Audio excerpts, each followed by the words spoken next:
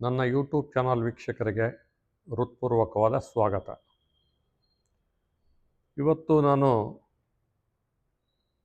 ತುಮಕೂರು 2047 ಅಂಗವಾಗಿ ಸಾಕಷ್ಟು ಎಪಿಸೋಡ್ಗಳನ್ನ ಈಗಾಗಲೇ ಮಾಡಿದ್ದೀನಿ. ಈಗ ಹಾಲಿ ಮತ್ತು ಮಾಜಿ ಹಾಗೂ ಭಾವಿ ಚುನಾಯಿತ ಜನಪ್ರತಿನಿಧಿಗಳು, ಭಾವಿನರಿಗೆ ಚುನಾಯಿತ ಜನಪ್ರತಿನಿಧಿಗಳು ಅನ್ನೋಕ್ಕಾಗಲ್ಲ, ಆಸೆ ಇರ್ತಕ್ಕಂಥವ್ರು, ಇವರು 3 ವರ್ಗನೂ ಇನ್ವಾಲ್ವ್ಮೆಂಟ್ ಮಾಡ್ಕೋಬೇಕು ಅಂತ ನನ್ನ ಅಭಿಪ್ರಾಯ. ಏಕೆಂದರೆ ಏನೇನೋ ಮಾಡ್ತಾರೆ. ಮುಂದೆ ಬಾವಿಗಳು ಆಗತಕ್ಕಂಥವ್ರು ಕೂಡ್ಸೋದು, ತಿನ್ಸೋದು, ಮಜಾ ಮಾಡಿಸೋದು, ಮೀಟಿಂಗ್ ಮಾಡಿಸೋದು, ಅಲ್ಲಿ ಸುತ್ತೋದು ಇಲ್ಲಿ ಸುತ್ತೋದು ಅಂತ. ಅವನ್ನ ಬಿಟ್ಟು ಇವಕ್ಕೆ ಬನ್ನಿ, ಈ ಕೆಲಸಗಳು ಮಾಡೋಕ್ಕೆ ಇನ್ವಾಲ್ವ್ಮೆಂಟ್ ಮಾಡ್ಕೊಳ್ಳಿ. ನಿಮ್ಗಿನ್ನೂ ಏನೋ ಮಾಡಬೇಕು ಅನ್ನೋ ಆಸೆ ಇರುತ್ತೆ. ಹಾಲಿಗಳು ಮಾಡಲೇಬೇಕು ನಿಮ್ಮ ಡ್ಯೂಟಿ. ಅವರು ಮಾಜಿಗಳು ಸೋತ ಕ್ಷಣಕ್ಕೆ ನೀವೇನು ದಡ್ಡರಾಗಲ್ಲ, ಅಥವಾ ನಿವೃತ್ತಿ ಹೊಂದ ಕ್ಷಣಕ್ಕೆ ನಾವೇ ಮಾಡಬಾರ್ದು ಅಂತಲ್ಲ. ನಿಮ್ಮ ಜ್ಞಾನಗಳು, ನಿಮ್ಮ ಅನುಭವಗಳು ಇಲ್ಲಿ ಹಂಚ್ಕೋಬೋದು ನೀವೀಗ. ಏಕೆಂದರೆ ಅಯ್ಯೋ ನಾನು ಸೋತ್ಬಿಟ್ಟಿದ್ದೀನಿ ಬಿಡು, ನನಗೆ ಯಾಕತ್ತ ಅನ್ನೋದು ಬೇಡ. ಅಯ್ಯೋ ನಾನು ಇನ್ನು ರಾಜಕೀಯಕ್ಕೆ ನಿಲ್ಲಲ್ಲ ಅನ್ನೋದು ಬೇಡ. ತಲೆ ಒಳಗಿರೋದು ಯಾಕೆ ಬಿಟ್ಟು ಹೋಗ್ತೀರಿ? ಅದು ಅಲ್ಲೇ ನಿಮ್ಮ ತಲೆ ಒಳಗೆ ಸತ್ತೋಗ್ಬಿಡುತ್ತೆ.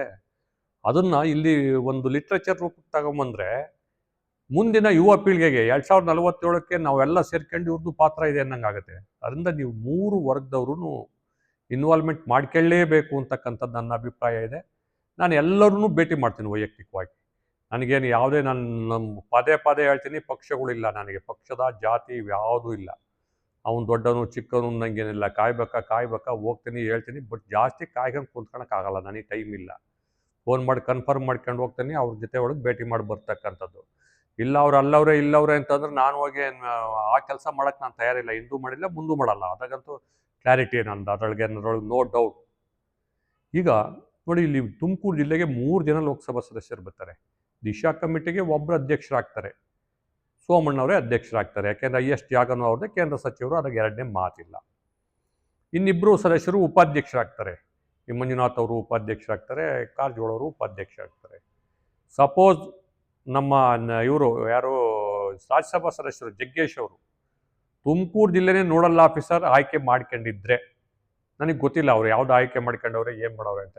ಬೆಂಗಳೂರು ಮಾಡ್ಕೊಂಡವ್ರು, ತುಮಕೂರು ಮಾಡ್ಕೊಂಡವರು, ನನಗೆ ಸಿಕ್ಕೇ ಇಲ್ಲ. ಅವರು ರಾಜ್ಯಸಭಾ ಮೆಂಬರ್ ಆದಮೇಲೆ ಡೆಲ್ಲಿಲಿ ಒಂದ್ಸರಿ ಸಿಕ್ಕಿರು. ಅದು ಎಂ ಪಿಗಳು ಮೀಟಿಂಗ್ ಇತ್ತಲ್ಲಿ, ಜಾಸ್ತಿ ಮಾತಾಡೋಕ್ಕೂ ಆಗಲಿಲ್ಲ. ಅವರು ಬ್ಯುಸಿ ಇದ್ದರು, ನಾನು ಬ್ಯುಸಿ ಇದ್ದೆ. ಹಾಯ್ ಅನ್ಕೊಂಡು ಬಂದುಬಿಟ್ವಿ. ನನ್ನ ಆತ್ಮೀಯರು ಅವರನ್ನು, ಅವ್ರ ರೋಲ್ ಜಾಸ್ತಿ ಇದೆ, ಅವ್ರನ್ನ ಜಾಸ್ತಿ ಇನ್ವಾಲ್ವ್ಮೆಂಟ್ ಮಾಡ್ಕೋಬೇಕು. ಫಿಲಮ್ ಡೈಲಾಗ್ ಹೊಡ್ಕೊಂಡು ಹುಡುಗರನ್ನ ಅಟ್ರಾಕ್ಷನ್ ಮಾಡೋ ಕೆಲಸ ಮಾಡಬೇಕಾಗುತ್ತೆ ಇಲ್ಲಿ. ಅವರು ರಾಜ್ಯಸಭಾ ಮೆಂಬರ್ಗಳು, ವಿಧಾನಸಭಾ ಸದಸ್ಯರುಗಳು. ಇಲ್ಲಿ 11 ಜನ 11 ಲೋಕಸಭಾ ಕ್ಷೇತ್ರ ಇದೆ, ಅಲ್ಲ 11 ವಿಧಾನಸಭಾ ಕ್ಷೇತ್ರ. ಏಕೆ ನಾನು ಲೋಕಸಭಾ ಕ್ಷೇತ್ರಕ್ಕೆ ಸೀಮಿತ ಆಗಲ್ಲ, ಜಿಲ್ಲೆಗೆ ಸೀಮಿತ ಆಗೋದು ಗ್ಯಾರಂಟಿ. ಲೋಕಸಭಾ ಕ್ಷೇತ್ರದ್ದು ಸಪ್ರೇಟ್ ಮಾಡ್ತೀನಿ, ಜಿಲ್ಲೆದು ಸಪ್ರೇಟ್ ಮಾಡ್ಕೊತೀನಿ. ಅಲ್ಲಿ 11 ಜನನೂ ವೆರಿ ವೆರಿ ಇಂಪಾರ್ಟೆಂಟು. ವಿಧಾನ ಪರಿಷತ್ ಸದಸ್ಯರು 4 ಜನ ಇದ್ದಾರೆ ಅನಿಸುತ್ತೆ ನಮ್ಮ ಜಿಲ್ಲೆ ಒಳಗೆ. ಅವ್ರನ್ನ 4 ಜನ ಸದಸ್ಯರುಗಳು, ನಿಮ್ಮ ರೋಲ್ ಜಾಸ್ತಿ ಇರುತ್ತೆ. ಯಾಕೆಂದ್ರೆ ನಿಮ್ಗೆ ಅಸೆಂಬ್ಲಿದೇನು ಪಾತ್ರ ಇಲ್ಲ. ಅಸೆಂಬ್ಲಿ ಜನ ಬೆಳಗ್ಗೆದ್ದು ನೋಡಬೇಕು ಅಂತ ನಿಮ್ದು ಯಾವ್ದು ಪಾತ್ರ. ನೀವು ಯಾವ ಕ್ಷೇತ್ರದಲ್ಲಿ ಇದ್ದೀರೋ ಆ ಕ್ಷೇತ್ರದಲ್ಲಿ ಏನೇನು ಕೆಲಸ ಮಾಡಬೇಕು, ಏನು ಮಾಡ್ತಾ ಇದ್ದೀರಾ, ಏನು ಮಾಡ್ಬೇಕು 2047ಕ್ಕೆ ಅಂತ ಹೇಳ್ಬೇಕಾಗತ್ತೆ. ನೀವೆಲ್ಲ ಕುಂತ್ಕೊಂಡು ಒಂದು ಟೀಮ್ ಮಾಡ್ಕೊಂಡು, ಒಂದು ವಿಷನ್ ಗ್ರೂಪ್ ಮಾಡ್ಕೊಂಡು, ನಾನೇ ಎಕ್ಸ್ಪರ್ಟು, ನಾನೇ ಬುದ್ಧಿವಂತ, ನನ್ನ ಬಿಟ್ಟರೆ ಏನಿಲ್ಲ, ನಾನು ಗೆದ್ದು ಬಿಟ್ಟಿದ್ದೀನಿ ಅನ್ನೋದು ತೆಗೆದು ಒಂದು ಕಂತೆ ಕಟ್ಟಿ ಎಷ್ಟು ಬಿಡಿಗಲಿ. ಏಕೆಂದ್ರೆ ಯಾರ ತಲೆ ಒಳಗೆ ಏನಾದಿಲ್ಲ, ನಿಮ್ಮ ಟೀಮ್ನೇ ನೀವು ನಿಮ್ಮ ಡ್ರೈವರ್ ಕುಂಡಿಸ್ಕೊ ಹೇಳಿ, ನಿಮ್ಗಿನ್ನ ಒಳ್ಳೆ ಐಡಿಯಾ ಹೇಳ್ತಾನೆ. ನಿಮ್ಮ ಗನ್ಮನ್ ಕುಂಡಿಷನ್ ಹೇಳಿ, ಹಂಗೆ ಆ ಥರ ಎಲ್ಲ ಜನನೂ ಕುಂಡಿಸ್ಕೊಂಡು 4 ಚರ್ಚೆ ಮಾಡಿ ನಿಮ್ಮ ಪೀರಿಯಡಲ್ಲಿ ಏನಾಯ್ತು ಅದು ಎಕ್ಸ್ಪರ್ಟ್ ಅಭಿಪ್ರಾಯ ಕೊಡಬೇಕಾಗತ್ತೆ. ಆಮೇಲೆ ಈಗ ಜಿಲ್ಲಾ ಪಂಚಾಯತು, ತಾಲೂಕ್ ಪಂಚಾಯತು, ಗ್ರಾಮ ಪಂಚಾಯತ್ ನೀವು ಗ್ರಾಸ್ ರೂಟ್ ಲೆವೆಲ್ಲಾಗ ಕೆಲಸ ಮಾಡೋದು. ನೀವು ಎಲ್ಲಿ ಏನಾಗಬೇಕು, ಹೆಂಗಾಗಬೇಕು ಅಂತ ಜನದ ಜೊತೆಗೆ ಇರ್ತೀರ ನೀವು.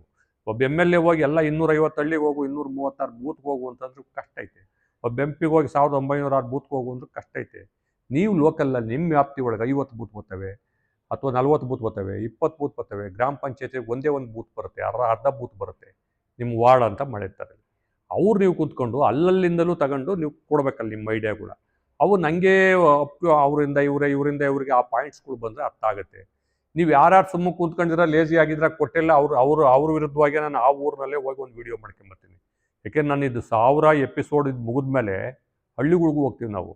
ಇದು ನಂಬರ್ 1 ಇನ್ ದಿ ವರ್ಲ್ಡ್ ಆಗಬೇಕು ಅಂದರೆ ಶಕ್ತಿಪೀಠ ಫೌಂಡೇಶನ್ ಆ ಕೆಲಸ ಮಾಡಲೇಬೇಕು. ನಮ್ಮ ಲೈಫ್ ಗೋಲು. ಯಾಕೆ ನನಗಿನ್ನೇನಿಲ್ಲ, ಹೆಂಡತಿ ಮಕ್ಳು ಕಾಟ ಇಲ್ಲ ನನಗೆ. ಮಕ್ಳಿಬ್ರು ಓದೇವ್ರೆ, ಅವ್ರ ಪಾಡಿಗೆ ಅವಳು ಹೋಗಿ ಎಲ್ಲೋ ದೇಶ ಬಿಟ್ಟು ಹೋಗಿ ದುಡಿತಾವಳೆ ಮಗಳು, ನನಗೆ ತೊಂದರೆ ಇಲ್ಲ. ಒಳ್ಳೆ ಹಳ್ಳಿ ಸಿಕ್ಕವನೇ, ನನಗೆ ಪ್ರಾಬ್ಲಮ್ ಇಲ್ಲ. ಮಗ ಅವ್ನ ಪಾಡಿಗೆ ಅವ್ನು ದುಡಿತಾನೆ, ಅವ್ನು ಬುದ್ಧಿವಂತ, ಅವನು ನನ್ನೇ ಮೇಯಿಸ್ತಾನೆ. ಅವ್ನಿಗೆ ಒಳ್ಳೆ ಹುಡುಗಿ ಸಿಕ್ಬಿಟ್ರೆ ಅವ್ರನ್ನೂ ಇನ್ವಾಲ್ವ್ಮೆಂಟ್ ಮಾಡ್ಕೋಬೋದು ಅಂತೇಳಿ ಅವ್ನು ಹಣೆ ಬರೋದು. ಈಗ ನನ್ನ ಕೆಲಸ, ನನ್ನ ಹೆಂಡತಿ ಆರಾಮಾಗಿ ನನ್ನ ಜೊತೆಲಾರ ಇರ್ತಾಳೆ, ಮಗನ ಜೊತೆಲಾರ ಇರ್ತಾಳೆ, ಎಲ್ಲಿ ಬೇಕಾದ್ರೂ ಓಡಾಡ್ಕೊಂಡು ಇರ್ತಾಳೆ. ನನ್ನ ಕೆಲಸ, ನನಗಿದೇನು ಆಸ್ತಿ ಮಾಡಬೇಕು, ಅಡವು ಮಾಡಬೇಕು ಅನ್ನೋದೇನಿಲ್ಲ.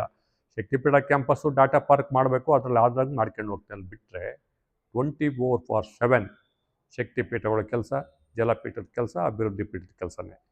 ಇದು ನನ್ನ ಜೀವಮಾನ ಇರೋವರೆಗೂ ಇವೇ ಕೆಲಸ ಮಾಡ್ಕೊಂಡು ಹೋಗೋದು ಅಂತ ಉದ್ದೇಶ ಇರೋದ್ರಿಂದ ನಾನು ಪ್ರತಿ ಹಳ್ಳಿಲಿ ಹೋಗ್ಬೇಕು. ತುಮಕೂರು ಜಿಲ್ಲೆಯಲ್ಲಿ ಮಾತ್ರ ಅದು ನನ್ನ ಐಡಿಯಾ ಇದೆ, ಅದು ಹೋಗ್ತಾ ಇದ್ದೀನಿ. ಆಮೇಲೆ ದಿಶಾ ಸಮಿತಿ ಸದಸ್ಯರು 8 ಜನ ಮಾಡ್ತಾರೆ. ದಡಿ ನಂಗೆ ದೋಣ್ ಬಾರಿಸಂಗೆ ಕೂತ್ಕೊಂಡು ಮೀಟಿಂಗಲ್ಲಿ ಮಾಡಿ ಎದ್ದೋಗೋದಲ್ಲ ನಮ್ಮ ಕರ್ತವ್ಯ. ಈಗ ನಾನು ರಾಜ್ಯ ಸಮಿತಿ ಸದಸ್ಯ ಆಗಿದ್ದೀನಿ, ಜಿಲ್ಲಾ ಸಮಿತಿ ಸದಸ್ಯ ಆಗಿದ್ದೆ. ಈಗ ಎರಡೂ ಮಾಜಿ ಆಗಿ ಅವೆರಡೂ ಸದಸ್ಯ ಆಗಿರೋದ್ರಿಂದಲೇ ನಾನು 36 ವರ್ಷದ ಅನುಭವ ತಗೊಂಡು ನಾನು centre of excellence capturing government of India funds ನಾನು R&D ಮಾಡ್ಕೊಂಡು ನಾಲೆಡ್ಜ್ ಬ್ಯಾಂಕ್ 207 ಸರ್ಕಾರ ಕೇಳೋದಲ್ಲ, ಸರ್ಕಾರ ನೀವು ಮೀನಮೇಷ ಅನಿಸ್ತಾರ ಒಂದು ಸ್ಟಾರ್ಟೇ ಮಾಡ್ಬಿಡ್ತೀನಿ ಅಂತ ಮಾಡಿದ್ದೀನಿ. ಯಾಕೆ ನಿಮಗೆ ಮಾಡೋಕ್ಕಾಗಲ್ವಾ? ನಿಮ್ಮದೇ ಆದ ವ್ಯಾಪ್ತಿಯಲ್ಲಿ ನೀವು ಮಾಡಬೇಕಾಗತ್ತೆ, ಅದನ್ನು ನೀವು ಆಕ್ಟಿವ್ ಆಗಿರ್ಬೇಕಾಗತ್ತೆ. ಸುಮ್ಮನೆ ಯಾರೋ MP ಬರ್ಕೊಟ್ಟವ್ರು ಅಲ್ಲೋಗಿ ಕುಂತ್ಕೊಂತೀನಿ ಅಂದರೆ ಅಲ್ಲೇನು ಹೋಗೋದು ಬೇಕಿಲ್ಲ. ದಂಡ, ದೇಶಕ್ಕೆ ದಂಡ. ನಿಮಗೂ 3,000 ರೂಪಾಯಿ ಕೊಡ್ಬೇಕಾದ್ರೆ ಸಿಟ್ಟಿಂಗ್ ಚಾರ್ಜ್ ಇವ್ರು ಯಾಕೆ ಕೊಡಲ್ಲ, ಒಂದ್ಸರಿನೂ ಕೊಟ್ಟಿಲ್ಲ ಇವರು. ಅದು ಯಾಕೆ ಕೊಟ್ಟಿಲ್ಲ? ಕೇಂದ್ರ ಸರ್ಕಾರವೇ ದುಡ್ಡು ಕೊಡ್ತೀವಿ ಕೊಡ್ರಪ್ಪ ಅಂದ್ರೂ ಇವರು ಕೊಡೋಕ್ಕೆ ದಾಡ ಐತೆ. ಪಾಪ ನಮ್ಮ ಮೆಂಬರ್ಗಳೆಲ್ಲ ಕೇಳ್ತಾಯಿದ್ರು, ಸರ್ ದುಡ್ಡು ಕೊಡಿಸಿ ಅಂತ. ಅದೇನು ಕಥೆನೋ ಅದು ಗೊತ್ತಿಲ್ಲ. ಆಮೇಲೆ ನಾಮಿನಿ ಸದಸ್ಯರುಗಳು ಇರ್ತಾರೆ, ಬೇರೆ ಬೇರೆ ಇಲಾಖೆಯವರು ರಾಜ್ಯ ಸರ್ಕಾರದಲ್ಲೂ ಇರ್ತಾರೆ, ಕೇಂದ್ರ ಸರ್ಕಾರ, ಬೋರ್ಡು, ಕಾರ್ಪೊರೇಷನ್ ಹಿಂದೆ ಬಿದ್ದು MLA MPಗಳು ಹಿಂದೆ ಬಿದ್ದು ಮಸ್ಕ ಹೊಡೆದು ಮೆಂಬರ್ ಹಾಕಿರ್ತಾರೆ. ಕೆಲವ್ರನ್ನ ಅವ್ರವ್ರ ಎಬಿಲಿಟಿ ಮೇಲೂ ಕರೆದು ಅವರೇ MLAಗಳು MPಗಳು ಮಾಡಿರೋ ಉದಾಹರಣೆಗಳಿವೆ. ನೀವು ನಿಮ್ಮ ರೋಲಾಗಿ ಏನೈತೆ ಅಂತ ನೀವು ಇನ್ವಾಲ್ವ್ಮೆಂಟ್ ಮಾಡ್ಕೋಬಾರ್ದು, ನೀವು ಎಷ್ಟು ಜನ ಇದ್ದೀರಾ ಅಂತ. ಆಮೇಲೆ ವಿವಿಧ ಇಲಾಖೆಗಳಿಗೂ ನಾಮಿನಿ ಸದಸ್ಯ, ಕಾರ್ಪೊರೇಷನ್ನು ಇವಕ್ಕೆಲ್ಲ ಮಾಡೋದು ಬಿಟ್ಟು ಇಲಾಖಾವಾರವೂ ಇರ್ತವೆ. ಅವೆಲ್ಲ ನೀವೆಲ್ಲ ಕುಂತ್ಕೊಂಡು, ಕೆಲವರು ಅಧ್ಯಕ್ಷರು ಇದ್ದಾರೆ. ಈಗ KSRTCಗೆ ಅಧ್ಯಕ್ಷರು ಮಾಡೋರು ನಮ್ಮ ಗುಬ್ಬಿ ಶಾಸಕರನ್ನ. ಬಸವರಾಜ್ ಏನು ಮಾಡೋರೆ, ಏನೂ ಮಾಡಲಿಲ್ಲ, ಅವರೇ ಮಾಡೋರೆ, ಇವರನ್ನು ಮಾಡೋದಲ್ಲ ಗುರು. ನೀವೇನು ಮಾಡ್ತೀರಾ, ಈಗ ಏನು ಮಾಡ್ಬೇಕು ಹೇಳು ಗುರು ನೀನು. ಆ ಥರ ಹೋಗಿ ಅವ್ರನ್ನ ಕನ್ವಿನ್ಸ್ ಮಾಡ್ತೀನಿ ನಾನು. ಯಾಕೆಂದರೆ ನಮ್ಗೆ ಆತ್ಮೀಯರವರು, ನಾವು ಅವರೆಲ್ಲ ಜೊತೆಯಲ್ಲಿದ್ದರು. ಅವರಪ್ಪ ನಾವು ಎಲ್ಲ, ಅವರಪ್ಪ ಬ್ಲ್ಯಾಕ್ ಕಾಂಗ್ರೆಸ್ ಪ್ರೆಸಿಡೆಂಟ್ ಇದ್ದರೆ, ನಾನು ಗುಬ್ಬಿಲಿ ಯೂತ್ ಕಾಂಗ್ರೆಸ್ ಪ್ರೆಸಿಡೆಂಟ್ ಇದ್ದೆ. ನಾನು ಕಾಂಗ್ರೆಸ್ಸಲ್ಲಿ ರಾಜಕೀಯ ಮಾಡ್ತಿದ್ದೆ ನಾನು ಅವಾಗ. ನಾವೆಲ್ಲ ಕ್ಲೋಸ್, ಅವರು ಜಿಲ್ಲಾ ಪರಿಷತ್ ಮೆಂಬರ್ಗಳಾಗಿದ್ರು ಅವರೆಲ್ಲ ಅವಾಗ. ಅವರು ಈಗ ಆತ್ಮೀಯತೆ ಇರೋದ್ರಿಂದ ಚುನಾವಣೆ ಟೈಮಲ್ಲೇ ಬೈಯೋದು, ಇವ್ರು ಬೈಯೋದು ಬೇಡ, ಓಟಿ ನೀವು ಏನಾರ ಮಾಡ್ಕೊಳ್ಳಿ. ಬಟ್ ಡೆವಲಪ್ಮೆಂಟ್ ವಿಚಾರದಲ್ಲಿ ನಾವೆಲ್ಲ ಕುಂತ್ಕೊಂಡು ಒಂದು ಪ್ಲ್ಯಾನ್ ಮಾಡಬೇಕಾಗ್ತದೆ. ನಾನಂತೂ ಎಲ್ಲರನ್ನೂ ಪರ್ಸನಲ್ಲಾಗಿ ಕುಂತ್ಕೊಂತೀನಿ, ಚರ್ಚೆ ಮಾಡ್ತೀನಿ, ಭೇಟಿ ಮಾಡ್ತೀನಿ. ಅವರೆಲ್ಲ ಮಾಡ್ತಕ್ಕಂಥ ಒಂದು ಕಾರ್ಯಕ್ರಮಗಳು ಇವು ಇರ್ತವೆ. ಅದರಿಂದ ಎಲ್ಲರೂ ಇನ್ವಾಲ್ವ್ಮೆಂಟ್ ಮಾಡ್ಕೋಬೇಕು ನಾವು. ನಂದೇನು ಅವನೇನೋ ರಮೇಶ್ ಮಾಡೋಕ್ಕೆ ಹೋಗ್ತಾನೆ, ನಮಗೇನೈತೆ, ಅಥವಾ ಸೋಮಣ್ಣ ಮಾಡ್ತಾರೆ, ಅದೇನು ಇಲ್ಲ, ಪರಮೇಶ್ ಬಿಟ್ಬಿಡಿ. ಅದು ನಮ್ಮೆಲ್ಲರ ಮಾಸ್ಟರ್ ಪ್ಲ್ಯಾನು 2047 2047ಕ್ಕೆ ನಾವು ಇಡೀ ದೇಶದಲ್ಲಿ ತುಮಕೂರು ಜಿಲ್ಲೆ ನಂಬರ್ 1 ಆಗಬೇಕು ಎಲ್ಲರನ್ನು. ಯಾಕೆಂದರೆ ಇದು ವಂಡರ್ಫುಲ್ ಆಗಿದೆ ಇಲ್ಲಿ ಡೆವಲಪ್ ಆಗೋಕ್ಕೆ. ಬೆಂಗಳೂರಿಗೆ ಹತ್ರ ಐತೆ, 3 ನದಿ ನೀರು ಹೋಗ್ತವೆ, 19 ಜಿಲ್ಲೆ ನಮ್ಮ ಜಿಲ್ಲೆ ಮೇಲೆ ಜನ ಹೋಗ್ತಾರೆ.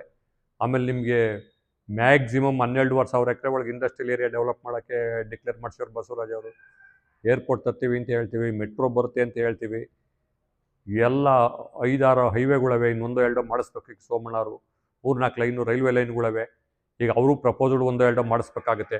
ಯಾಕೆಂದರೆ ಅವು ಪೆಂಡಿಂಗ್ ನಿಂತ್ಬಿಟ್ಟವೆ. ಬಸವರಾಜ್ ಅವರು ಡಿಕ್ಲೇರ್ ಮಾಡಿಸಿ, ಈ ಖರ್ಗೆ ಅವರು ಇದ್ದಾಗಲೇ ಒಂದು ಚಿಕ್ಕನಾಯಕಳ್ಳಿ ಮೇಲೆ ಹೋಗೋದ ಬಡ್ಜೆಟಲ್ಲಿ ತಂದುಬಿಟ್ರು, ನಿಂತೈತೆ. ಮುನಿಯಪ್ಪರು ಇದ್ದಾಗ ಒಂದು ಬಡ್ಜೆಟ್ ತಂದರು, ಚಾಮರಾಜನಗರಕ್ಕೆ ಹೋಗತಕ್ಕಂಥದ್ದು, ಅವು ನಿಂತವೆ.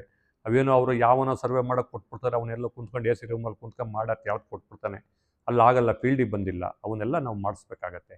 ಇವರೆಲ್ಲರೂ ಸೇರ್ಕೊಂಡು ನಾವು ಪಕ್ಕಾ ಮಾಡಿದಾಗ ಅದಕ್ಕೊಂದು ಅರ್ಥ ಬರುತ್ತೆ. ಆಮೇಲೆ ನೀವೆಲ್ಲರೂ ಇದು ನಮ್ಮದು ಅಂತೀರಿ. ಇದು ನನ್ನ ಆಸೆ, ನಂದಲ್ಲ, ಇಡೀ ಅಥವಾ MP ದಲ್ಲ ಅಥವಾ MLAದಲ್ಲ, ಇಡೀ ತುಮಕೂರು ಜಿಲ್ಲೆ ಎಲ್ಲ ಜನರು ರಿಪೋರ್ಟ್ ಆಗಬೇಕು ಅಂತಕ್ಕಂಥದ್ದು ನನ್ನ ಆಸೆ ಇದೆ. ಅದಕ್ಕೆ ಇವ್ರುಗಳ್ನೆಲ್ಲ ಭೇಟಿ ಮಾಡಿ ಇವ್ರುಗಳಿಗೆಲ್ಲ ಟ್ಯೂನಪ್ ಮಾಡ್ತಕ್ಕಂಥ ಕೆಲಸನ ನಾವು ಮಾಡ್ತೀನಿ. ಇದುವರೆಗೂ ನಮ್ಮ ಯೂಟ್ಯೂಬ್ ಚಾನಲ್ ವೀಕ್ಷಕರಿಗೆ ನಾನು ಹೃತ್ಪೂರ್ವಕವಾದ ಧನ್ಯವಾದಗಳನ್ನ ಅರ್ಪಿಸ್ತೀನಿ. ಸಬ್ಸ್ಕ್ರೈಬ್ ಮಾಡಿ, ಶೇರ್ ಮಾಡಿ, ಬೆಲ್ ಬಟನ್ ಒತ್ತಿ. ಏನೂ ಗಂಟು ಕಳ್ಕೊಳಲ್ಲ. ಯಾಕೆಂದರೆ ಇದು ನನ್ನ ಕೆಲಸ ಅಲ್ಲ, ನನ್ನ ಹೆಂಡತಿ ಮಕ್ಳ ಕೆಲಸ ಅಲ್ಲ, ನಿಮ್ಮ ಕೆಲಸ ನಾವು ಮಾಡ್ತಾ ಇರೋದು. ಅದರಿಂದ ಎಲ್ಲರಿಗೂ ಹೆಚ್ಚೆಚ್ಚು ಜನಕ್ಕೆ ಹೋದರೆ ಹೆಚ್ಚೆಚ್ಚು ಐಡಿಯಾ ಕೊಡ್ತಾರೆ ಅಂತಕ್ಕಂಥದ್ದು ಭಾವನೆ. ಇದರಲ್ಲೇನು ಹೆಚ್ಚಿಗೆ ಮಾಡಿಬಿಟ್ರೆ ಒತ್ತಿಬಿಟ್ರೆ ಏನಾಗುತ್ತೆ ಅನ್ನೋದೇನು ತಿಳ್ಕೊಬೇಡಿ ಅಂಥೇಳಿ ನಮ್ಮ ವೀಕ್ಷಕರಿಗೆ ಮತ್ತೊಮ್ಮೆ ಹೃತ್ಪೂರ್ವಕವಾದ ಧನ್ಯವಾದಗಳನ್ನು ಅರ್ಪಿಸಿ ಈ ಎಪಿಸೋಡ್ ಮುಗಿಸ್ತಾ ಇದ್ದೀನಿ. ಜೈ ಹಿಂದ್, ಜೈ ಶಕ್ತಿಪೀಠ.